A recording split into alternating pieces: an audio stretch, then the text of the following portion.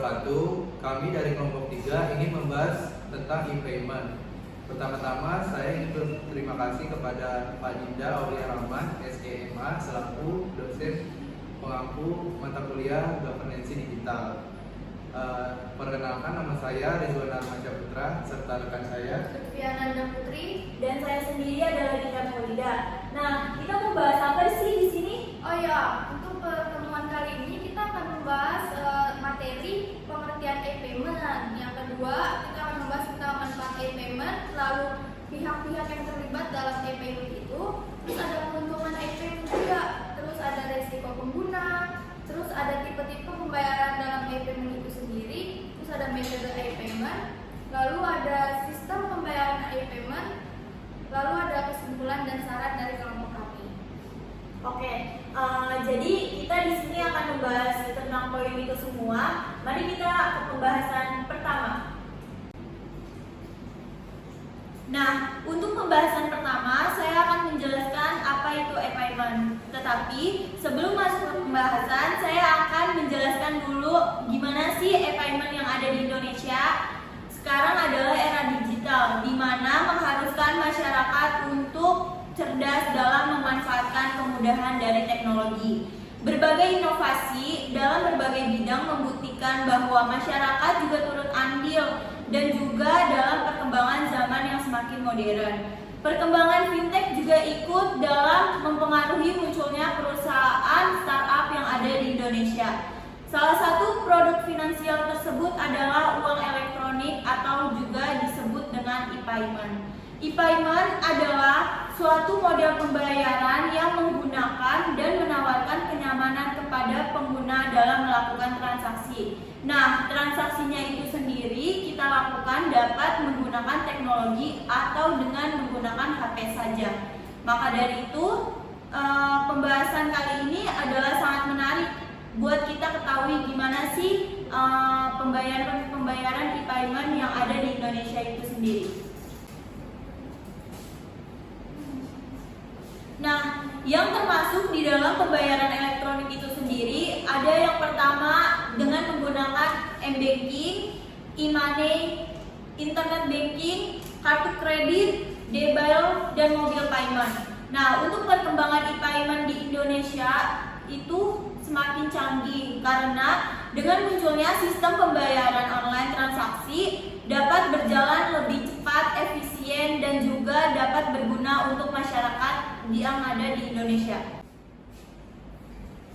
Nah, kita tahu nih gimana perkembangan e-payment yang ada di Indonesia. Sekarang saya akan membahas tentang manfaat dan juga pihak yang terlibat di dalam e-payment itu sendiri. Yang pertama, saya akan membahas tentang manfaat e-payment. Salah satunya adalah sistem transaksi yang mudah dan dapat dilakukan dengan cara universal selama masih di dalam satu wilayah negara. Untuk yang kedua, keamanan transaksinya itu lebih terjaga dibandingkan kita harus melakukan transaksi secara langsung. Yang ketiga adalah penggunaan waktu dan tenaga juga menjadi efisien. Yang keempat, e-payment juga menawarkan keuntungan lebih seperti adanya potongan pada pihak-pihak pengguna. Untuk selanjutnya, saya akan membahas tentang pihak yang terlibat dalam e-payment. Siapa aja sih pihak yang terlibat di dalam e-payment itu sendiri? Yang pertama, adanya pihak pembeli yang melakukan pembayaran dengan metode e-payment. Yang kedua, pihak penjual yang menerima e-payment. Yang ketiga adalah issuer atau berupa lembaga bank atau lembaga non-bank itu sendiri.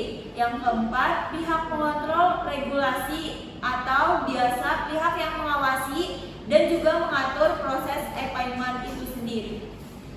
Untuk pembahasan selanjutnya akan dibahas oleh rekan saya yang bernama Rizwanda. Saya akan melanjutkan pembahasan tadi. Saya ingin menguraikan beberapa poin terlebih dahulu, yaitu ada keuntungan e-payment, risiko pengguna, tipe pembayaran e-payment, dan metode pembayaran e-payment. Mari kita uraikan dari poin-poin tadi. Di sini saya akan membahas keuntungan e-payment terlebih dahulu. Yang pertama, ada kapan dan di mana saja. Saat orang-orang ingin membayar sesuatu di sebuah tempat, maka pastinya mereka memiliki waktu yang terbatas.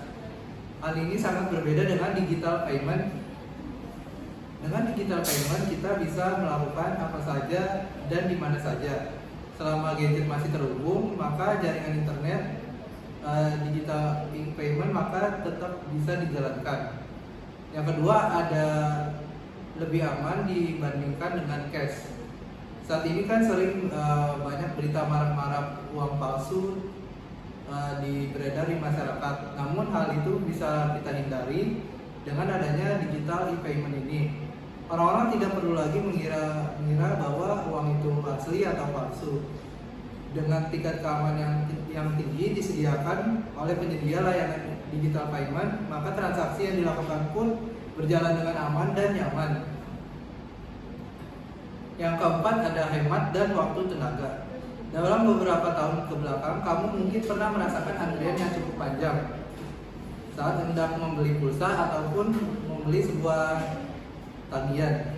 Hal ini sepertinya dapat terobati dengan adanya digital payment. Hanya dalam cukup waktu yang singkat, pembayaranmu dapat terselesaikan saat itu juga. Yang keempat, ada produk yang beragam.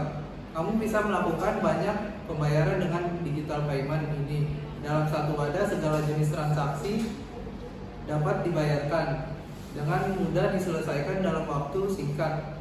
Selain itu, berbelanja juga bisa sangat mudah dan bisa kita akses dengan digital e-payment ini. Selanjutnya saya akan membahas tentang risiko pengguna. Yang pertama, risiko uang elektronik bisa hilang dan dapat digunakan oleh pihak lain, karena pada prinsipnya uang elektronik ini sama seperti uang tunai yang apabila hilang tidak dapat diklaim kepada penerbit. Yang kedua, risiko karena kurang pahamnya pengguna dalam menggunakan uang elektronik. Seperti pengguna tidak menyadari uang elektronik tersebut ditempelkan 2 kali pada reader untuk suatu transaksi yang sama, sehingga nilai uang elektroniknya bisa berkurang lebih besar dari nilai transaksi tersebut. Nah, selanjutnya itu saya akan membahas tentang tipe pembayaran e-payment. Yang pertama ada m-banking. Banyak bank-bank besar yang ada di Indonesia, terutama bank pemerintah, menggunakan fasilitas mobile banking yang kita dapat unduh di ponsel kita. Jadi dengan aplikasi mobile banking tersebut, kita bisa melakukan kegiatan finansial yang salah satunya pembayaran secara digital.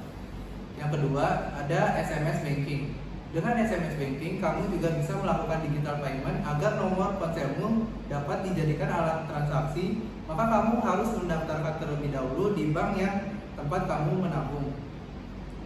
Yang ketiga, ada internet banking. Ini juga adalah layanan transaksi finansial lainnya dari bank. Jika ingin mengaktifkan, maka layanan ini harus pergi ke bank dengan membawa kartu identitas yang masih berlaku, yaitu juga membawa buku tabungan, kartu ATM, serta memiliki email aktif. Jika prosesnya sudah selesai, kamu bisa melakukan digital payment dengan internet banking. Yang keempat, ada uang elektronik. Jadi uang elektronik ini adalah layanan finansial yang memungkinkan semua transaksi dilakukan secara digital. Yaitu beberapa contoh layanan tersebut adalah ada GoPay, ShopeePay, OVO, Link Aja, Dana, Isaku, dan Sakuku. Nah, selanjutnya saya akan membahas tentang metode e-payment. Jadi di e-payment ini ada 2 jenis, yaitu ada cash e-payment system dan credit payment system. Nah, yang pertama saya akan membahas tentang cash e-payment. Jadi cash e-payment ini sistem transfer yang dilakukan dari satu bank ke bank lain secara tunai tanpa menggunakan uang cash dalam bentuk fisik. Yang kedua, ada credit payment system. Di dalam sistem yang satu ini ada beberapa konsep yang penting. Adapun konsep credit payment system diantaranya ada credit card, smart card, dan e-wallet. Nah, kesimpulan dari metode e-payment ini adalah dapat dilakukan secara efisien dan manfaat yang kita rasakan itu akan semakin optimal. Baik, untuk pembahasan materi selanjutnya, di sini saya akan menjelaskan tentang sistem pembayaran e-payment dan keamanan untuk e-payment itu sendiri. Di dalam sistem pembayaran e-payment itu memerlukan suatu persyaratan-persyaratan tertentu nih.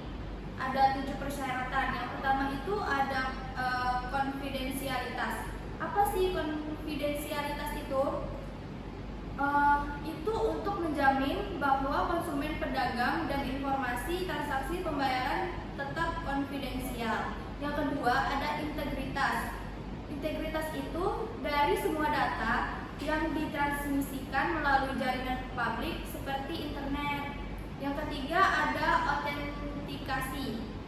Autentikasi itu dari pihak yang pembeli maupun pihak pedagang itu sendiri. Yang kelima ada keamanan.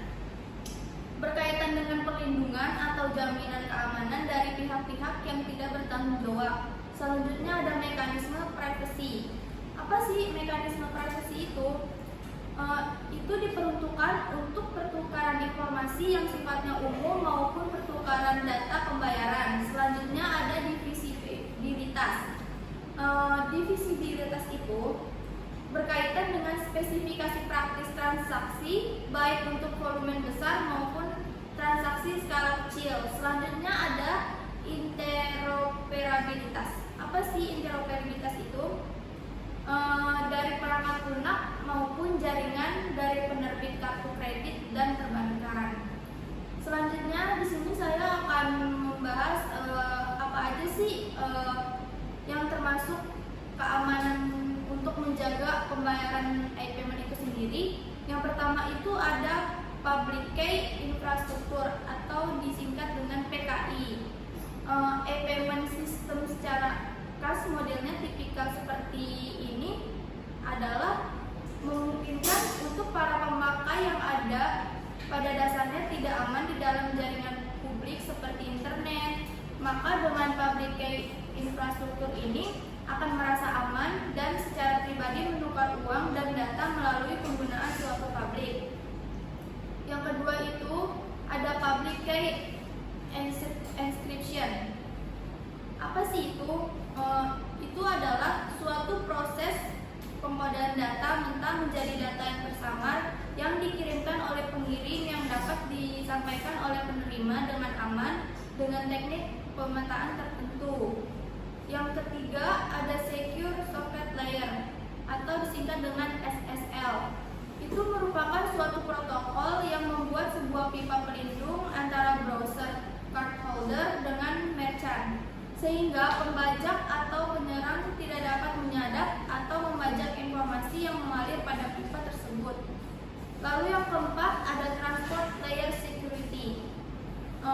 Transport Layer Security itu bisa disebut juga dengan protokol kriptografik yang menyediakan keamanan komunikasi pada internet seperti email, internet faxing, dan perpindahan data yang lain. Selanjutnya yang kelima ada Secure Electronic Transaction atau disingkat dengan SET. Itu merupakan suatu proses di mana saat sang pemegang kartu kredit akan membayar belanjaannya di website merchant, pemegang kartu akan memasukkan surat perintah pembayaran dan informasi kartu kreditnya ke dalam sebuah amplop digital yang hanya bisa dibuka oleh payment gateway itu sendiri. Kira-kira dari pembahasan yang sudah kita bahas dari materi-materi banyak tersebut itu kita dapat menyimpulkan apa aja sih? Nah, untuk kesimpulannya, e-payment adalah pembayaran elektronik yang akan memuat di masa depan. Lalu, e-payment itu juga berpengaruh dalam bisnis kita karena dapat membuat bisnis kita itu menjadi lebih efektif, produktif, dan dapat menghemat waktu. Itu saja pembahasan dari video kali ini. Semoga bermanfaat bagi kita semua. Terima kasih dan see you next video. bye!